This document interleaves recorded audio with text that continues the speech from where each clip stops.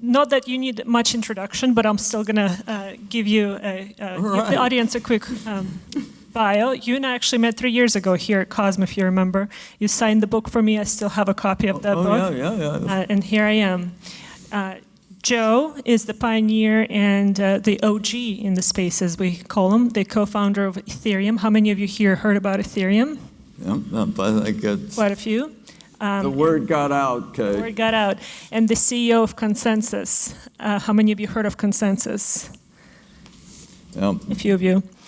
I think there's a few things that we talked about in the last session with Peter that make it a natural transition into the session, one of which is computer science as one of the most fundamental fields of technology in human history, and cryptography, underpinning blockchain, underpinning Web3, is the core principle of the space. And the second is centralization. Centralization both in the context of nation states as well as global corporations have failed us.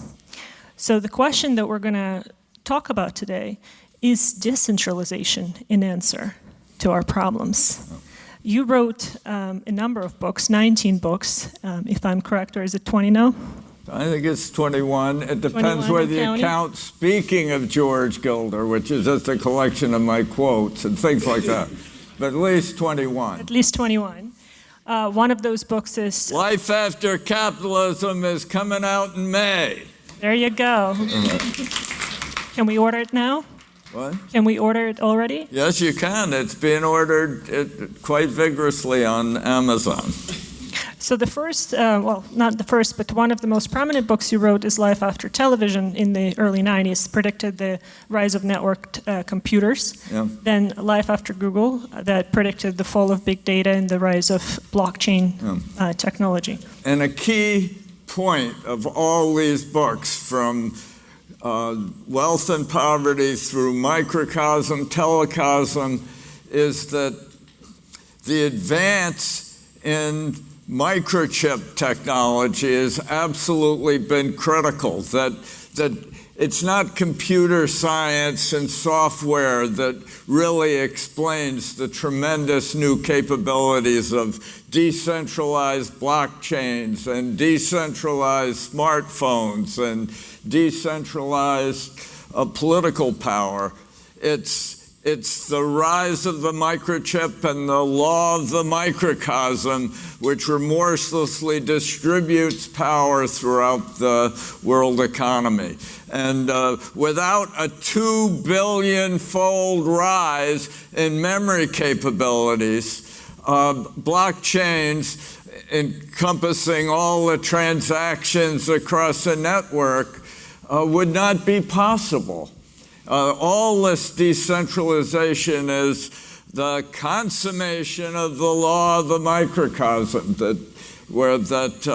as we understand matter from the inside and manipulate it internally rather than merely from the outside, as the past industrial revolution did, we have a powerful force of redemptive decentralization spreading through the world economy. And as Satoshi saw, blockchains became possible. And this is merely a manifestation of microchips, the decentralizing power of this great insight. And now I think we're moving beyond microchips, and this conference are going to discuss some other exciting developments in material science. So we stand on the shoulders of giants. We stand on the shoulders, and the giants are here. We got Federico Fagin here. We got the ultimate Moore's Law figure, Carver Mead here. We've got the history as well as the future converging cosmically in Bellevue. So what a place to be. Round of applause. Thank you. Thank you for being here. We should get Joe. So Joe Lubin is a co-founder of Ethereum, CEO of ConsenSys, a pioneer in the space. Joe, I know we spoke earlier today, but do you mind giving the audience a bit of a history as to what was the aha moment for you to dedicate yourself to this decentralization field? Sure. Hi, Kate. Hi, everyone. Hi, George. I'm very sorry I couldn't be there in person, but my throat has been challenging over the last couple of days. My trajectory has been one of being a technologist for a long, long time. And I also did some work in the world of finance when I started having to pay attention to more than just tech and science, pay attention to the big picture. As I then saw it, geopolitics and global financial systems, monetary systems, became clear to me that we have a big problem, and it's a cyclical problem. Some people label it as an 80-year debt supercycle, but there are other ways of characterizing it. And it became clear to me about 15, 18 years ago that our monetary system was going to end of life relatively soon, and other factors were going to lead to challenges forthturning, as many of you will understand it. And I was lucky enough to read Satoshi's white paper in early 2011 and made myself expert in the technology. A few years later, I met Vitalik a month after he wrote the white paper describing the Ethereum platform, and I and many other people jumped in and built the Ethereum project, built the Ethereum Foundation around Vitalik, and then went on to start a company that built a lot of the infrastructure for the Ethereum ecosystem. We have become a decentralized protocols company, not just an Ethereum company, because a lot of these different projects run on similar or the same technology, and we have built a fair amount of that infrastructural technology. So currently we operate a flywheel where we build a lot of developer tools that enable us and many hundreds of thousands of developers to essentially build applications for what we think of as a global, open, decentralized super app. So that's the foundations of that super app are these blockchain protocols. They're getting very scalable these days. And the user interface to the super app is also something that we operate. It's a non-user interface to our ecosystem, essentially, and enables people to custody their own assets and to exercise their digital authority in the Web3 space. Joe, what are the biggest successes at ConsenSys in building new distributed organizations that can actually prosper? ConsenSys has all sorts of ambitious ways of building on the Ethereum blockchain, but what are the best examples of your achievements? So I would frame it as us being an early enabler. We started life as a company that started building infrastructure and applications in an ecosystem that didn't exist, didn't have any tooling. And so we had to go ahead and build developer tooling, and we had to build infrastructure. So we were all about running lots of experiments. In that context, we operated in a very decentralized manner with lots of internal founders.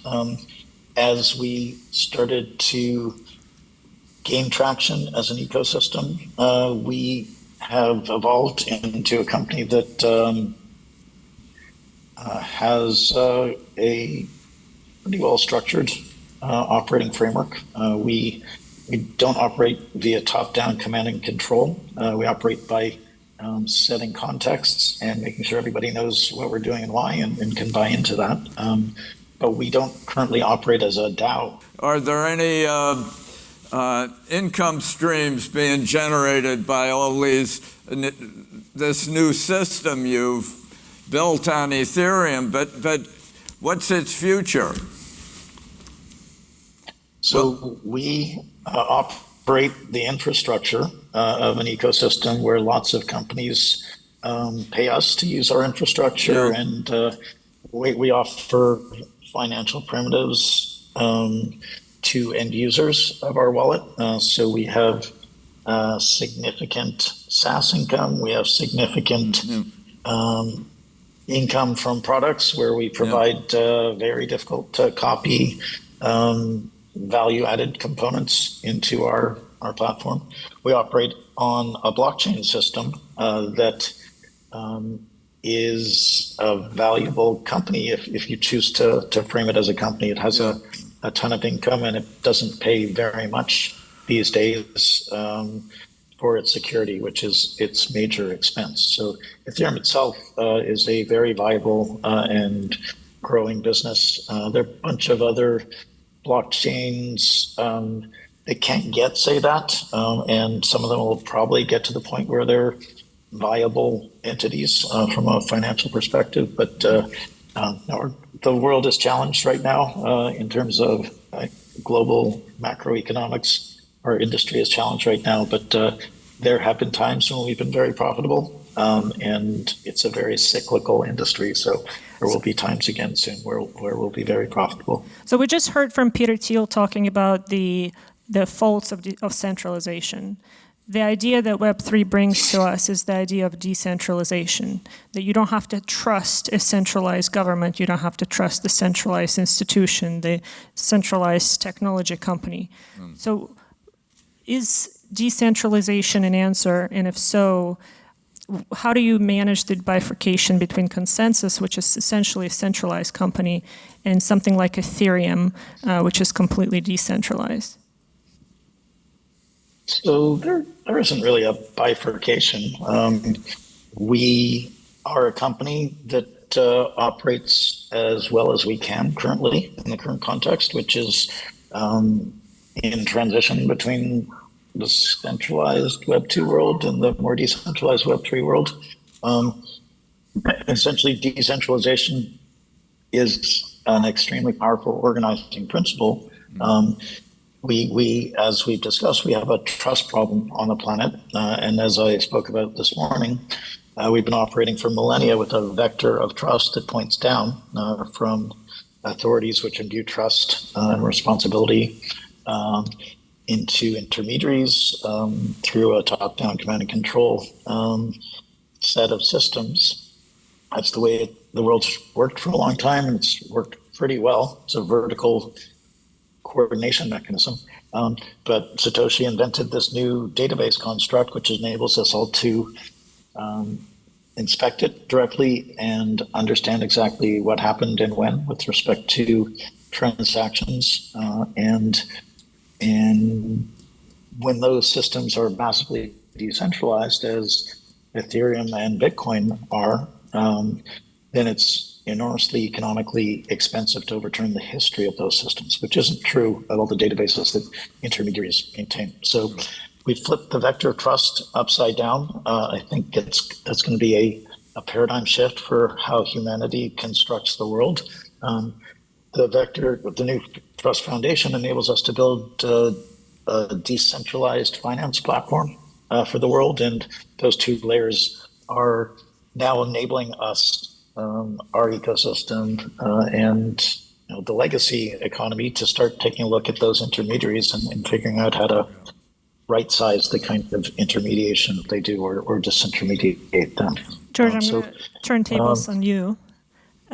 You wrote in your book, Life After Google, that the internet has not fulfilled its promises.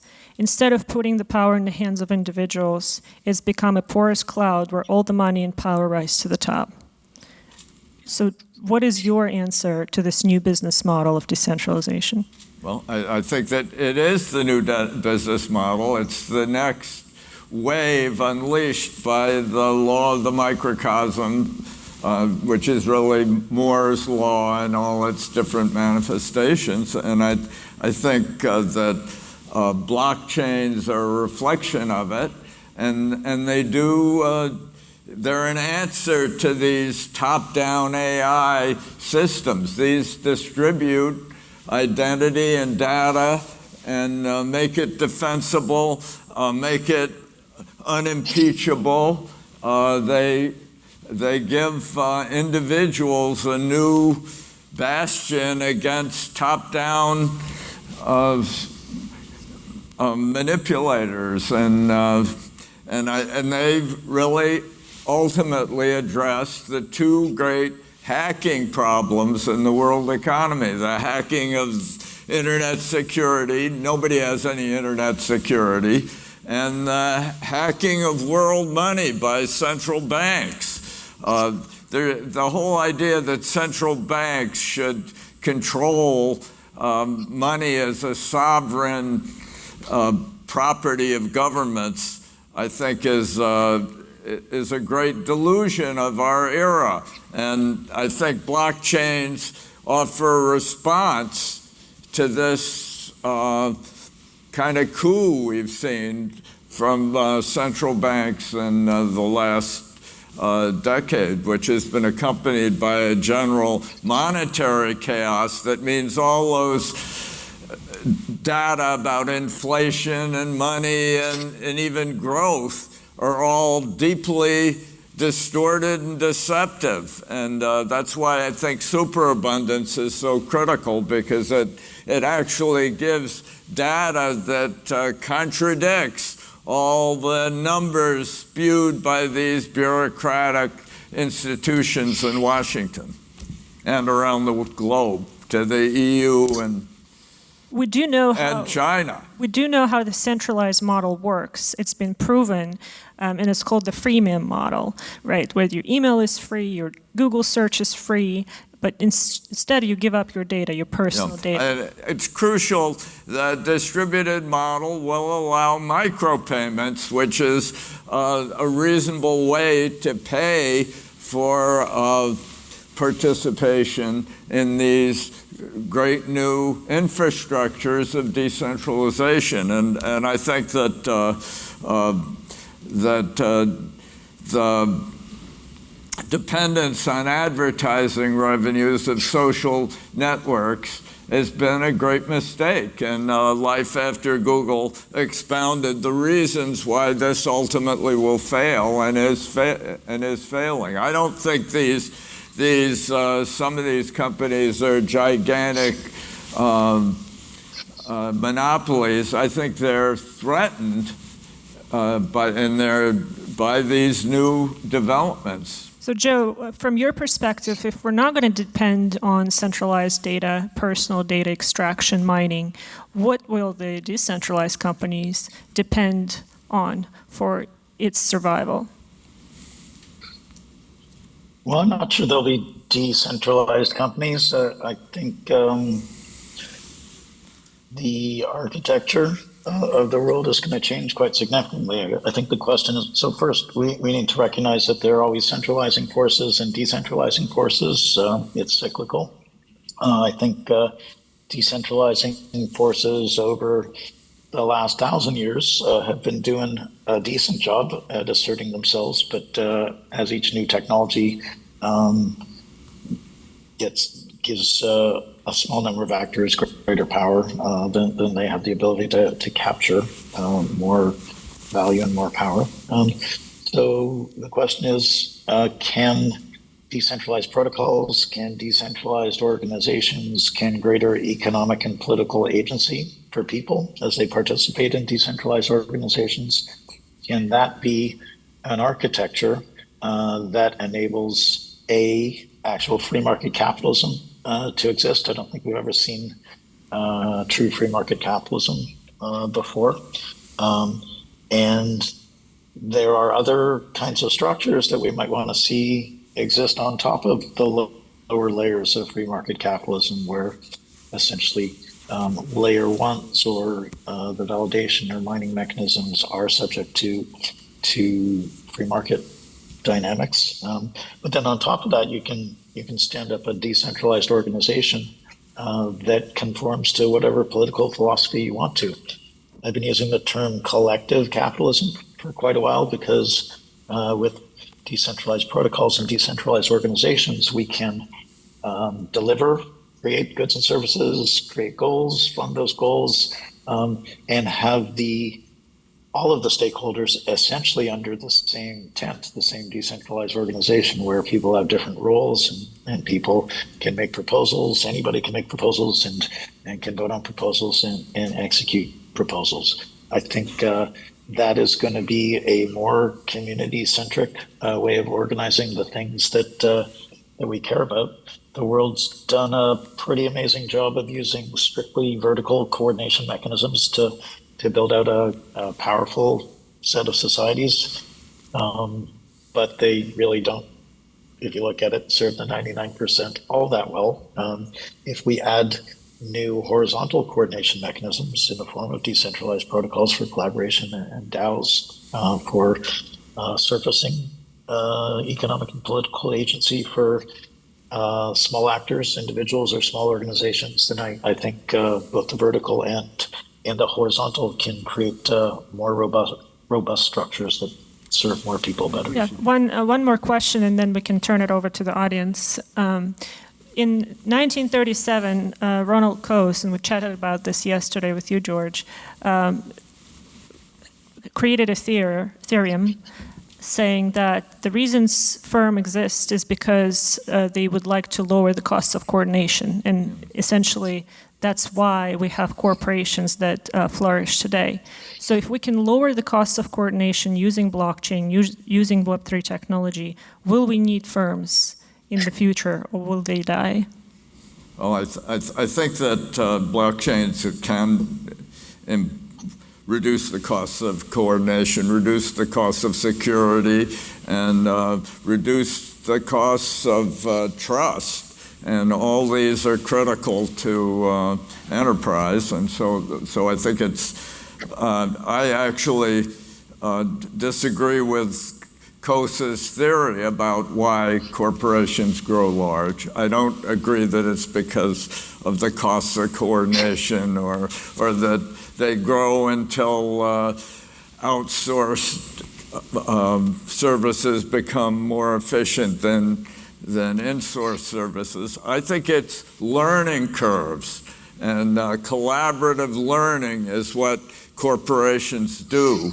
And that is why corporations grow, learning curves. With every doubling of computer power, every doubling of total sales, you get 20 to 30% drop in costs, unit costs. That's really, it's the learning and discovery process that gets enhanced by corporate organization. It's not merely a function of efficiencies, as Coase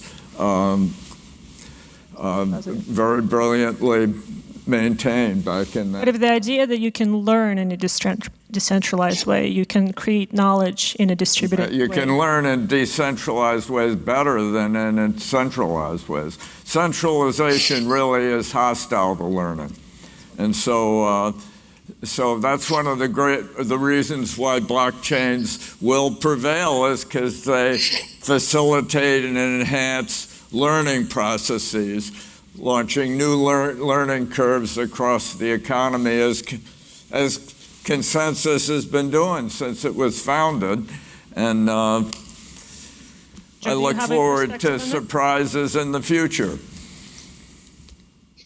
Joe, if you have a perspective. So I would argue, I would agree that that Coase maybe didn't explicitly point at the benefits of learning.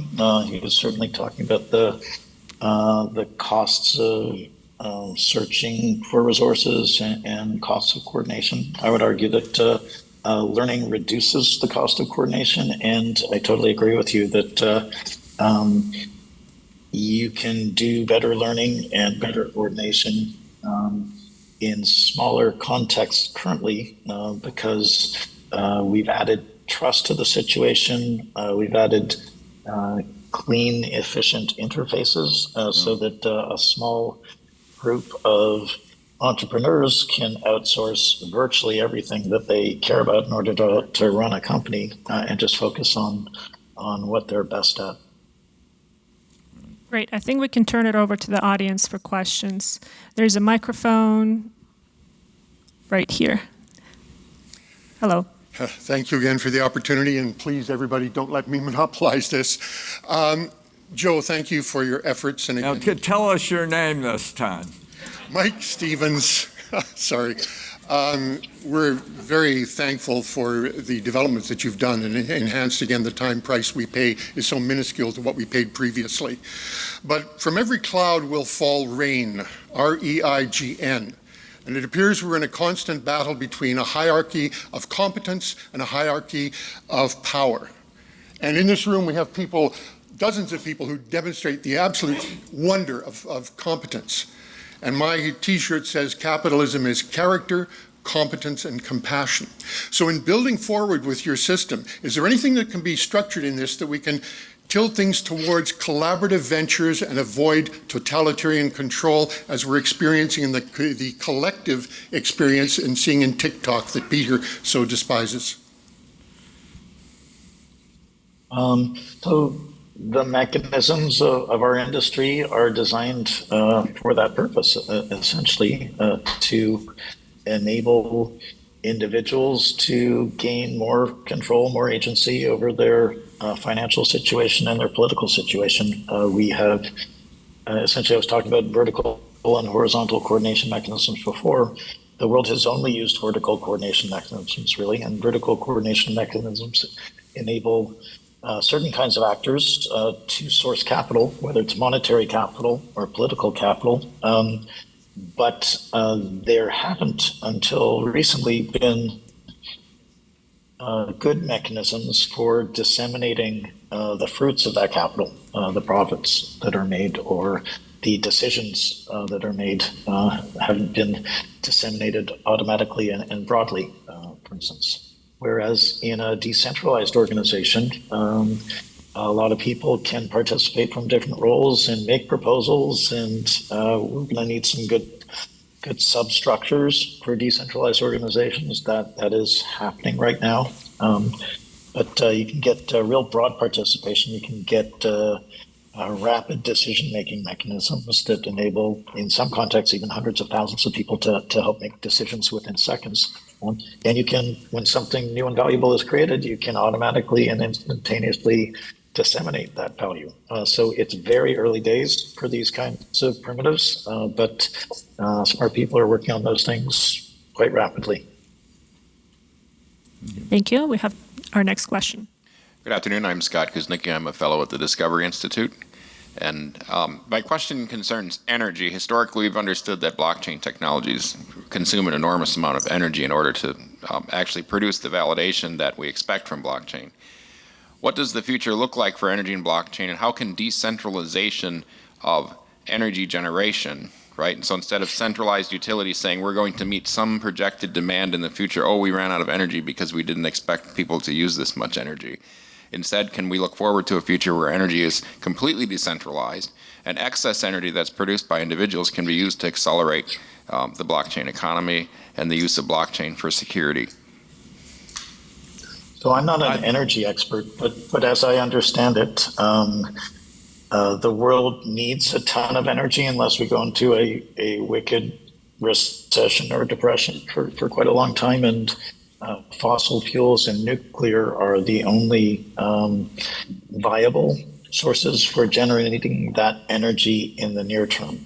So renewable resources need to come online, but they're nowhere near efficient enough to handle the Earth's demands. With respect to blockchain, there is a project called Ethereum that recently executed a movement from the proof of work consensus mechanism to something called a proof of stake mechanism, which resulted in the reduction of the entire network's carbon footprint by about 99.99%. So that's unprecedented in human history to see a system or industry reduce its carbon footprint that dramatically. So with respect to blockchain, there's a lot of hope. Bitcoin is less likely to to be comfortable accepting that sort of transition away from proof of work. That's a religious, philosophical issue rather than a technical issue. And the whole idea that the consumption of energy by blockchains is egregious and onerous compared to $10 trillion a day of currency trading, which the central banks and financial world uses to achieve the same effect, is nonsense. Energy is not a problem of the blockchain. Actually, even Bitcoin miners, they can buy the energy at the cheapest price. They can buy waste energy. They already do, and they actually can increase the efficiency of the energy systems. The energy systems are under attack today all around the world by the climate cranks and weather bores. But that's going to pass pretty soon, I predict. As a matter of fact, it's already passing. The idea that we're all going to be worried about our carbon footprints much longer strikes me as bizarre. George, you certainly bring controversy to the stage. Thank you. Next. Joe looks worried, though. Next question, please. Hello. I have a question to Joe. What is your name? My name is Andrew. I work at Google, and I'm also investing on the side. So it's 2022. It's been a decade since cryptocurrencies have been around, and one thing that people look towards central banks is that they can stabilize the currency in times of volatility. Except in the past few days, both Bitcoin and Ethereum are down about 30% in the span of 2 days. So what do you think it'll take in the future to actually get the sort of stability that we need to use these as currencies? So I would argue that the term cryptocurrency was really unfortunate when it was used early on. What term is this? Bitcoin is not Cryptocurrency. Cryptocurrency. Yeah, Bitcoin is not a good currency. Bitcoin, I think of Bitcoin as the world's most valuable NFT that's been fractionated so that many people can own a piece of that very beautiful piece of art. It's similar to gold in that sense. So I consider it a good store of value. I'm sure it'll be volatile. Ether is a little bit different. Ether is a crypto commodity, a crypto fuel that powers transactions and storage on the Ethereum network. It's more like oil than gold or money. There are currencies on blockchain systems, stable currencies, and there are good ways of maintaining stability against some sort of reference like the US dollar or gold or a basket of whatever you care about. So in terms of money that people might want to use for payment of coffee or salaries, you should not be looking to use a utility token that needs to evolve with its underlying infrastructure and ecosystem, especially when that infrastructure and ecosystem is immature. So we're going to go through wave after wave of innovation, and we're going to go through many more irrational exuberances and many more wicked corrections before the size of the decentralized protocol economy is very big, so that these utility tokens will not be quite as volatile. But if you look at the present economy, there are lots of commodities that are very volatile. And I think over the last few years, we've seen the rise of stable coins that are much more suitable for payments types of use cases. Exactly. Yeah, so you can create a stable coin, a stable cryptocurrency, against an asset. The asset can sit in a bank, or you can create algorithmic ones that are essentially over collateralized and that can also track an asset very reliably, stably. Chris. Hello, I'm Chris Chenoweth. Question I had was about the last part of the conversation about decentralized learning versus centralized learning. Given the amount and proliferation of fake news, incorrect information, how do we have to harden the blockchain so that way the real information is the one that's being disseminated versus disinformation? So I would argue there is no real information, or if there is real information, who is the arbiter? Who plays God? What I would argue is that decentralization is a phenomenon that is popping up, and it's going to keep popping up, and it's going to keep moving faster and faster. It's based on open source software, which is a great thing. It's based on forking open projects. It's based on forking even operating platforms in real time. That's a good thing. If your community decides, hey, Group A doesn't believe what Group B believes anymore, then they should go off and they should explore the solution space a little bit differently. Decentralization means that lots of protocols will sprout up and lots of decentralized organizations will sprout up, and we who are in the middle of the ecosystem already have trouble tracking the amount of and pace of innovation.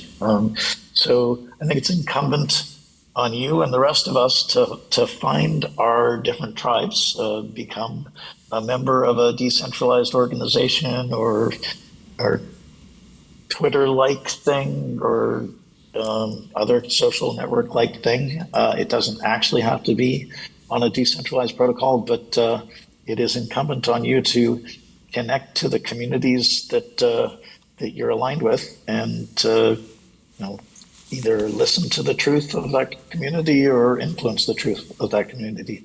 There will not be a single canonical truth for 100% of people. Our countries are very different, our communities are very different, and I think that's a good thing. And the idea that there's no one centralized entity controlling the truth, I think that's the real power of decentralization. I mean, what the blockchain creates an unimpeachable record of transactions or data deposits, and the point about it is not that every transaction is ideal or anything, but that the actual record can't be changed retroactively, that commitments and contracts are embodied in an unimpeachable series of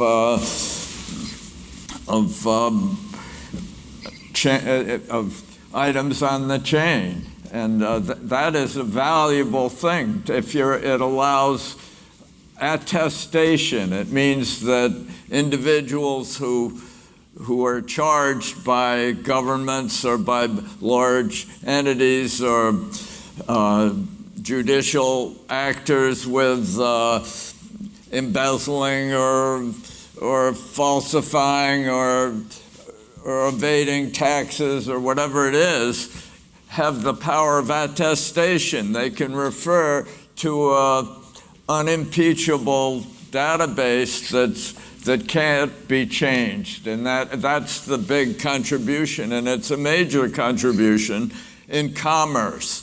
It doesn't necessarily solve all the problems of disinformation across Twitter. I mean, it's really begins as a great breakthrough in database technology. So we have one last question, and then we're going to have to wrap it up with one question from me. So introduce yourself, please. No, we can ask one more question. John Wallstetter, Senior Fellow, Discovery Institute. As to, this is a brief comment inviting reply. I'm listening to this misinformation, disinformation, decentralization, and everybody's got their definition of the same. Well, if everybody has their own definition, we don't have a common language, and it becomes impossible to meaningfully communicate ideas. I mean, if my definition of, let's say, if the First Amendment is freedom of speech, and yours is to suppress speech you don't like, it becomes very hard to have a discussion. You know, we've seen efforts back in the Cold War. The German Democratic Republic was the name for East Germany. It was neither democratic nor a republic, and so we need to have some commonality to be able to meaningfully communicate anything. Good point. I agree. Yeah, I agree with what George mentioned to the previous question, and I think it's relevant here. Blockchain can reliably, durably store data, whether it's with respect to financial transactions or utterances or statements of law, and those should be immutable. We should certainly people will have the right to interpret them differently. But again, I think governance on the planet is too coarse. I think having two political parties, for instance, pretending that they represent the interests of anything more than 1% of the people is a little bit silly. I think if we build up systems that admit a lot more cooperation and also competition in the form of companies that operate on decentralized protocols. And if we create decentralized organizations that are granular, that can raise their own capital and identify their own goals and solve their own problems, I think we can take a lot of the responsibility and the power out of the hands of gross organizations, be they corporations or governments, and put that power and agency in the hands of focused organizations that should certainly operate on the truth, because the truth is memorialized on a blockchain. Everybody can point to the facts and the data, but can sort of handle their own business, and there will be philosophical differences, and that's okay if different communities want to conduct their lives in different ways. We certainly do need overarching communities for certain kinds of issues, like free speech and gun laws and national security. But I think a lot of what we care about can be handled by much more granular organizations. Kate, I'm going to give you the final word. Go ahead. Final question. Joe knows this. I love the lightning round where you only can answer yes or no. Is code law? Yes or no? No. Joe? No. Great. On that note, thank you. Hey, we did a round of applause. Yeah, we did find something to agree on, though, so that's exciting. Joe was going to be here. He wasn't feeling well. Thanks so much for taking the time to join us. We really appreciate it. Thank you, Joe. Thank you, George. Thank you, Joe. Really appreciate it.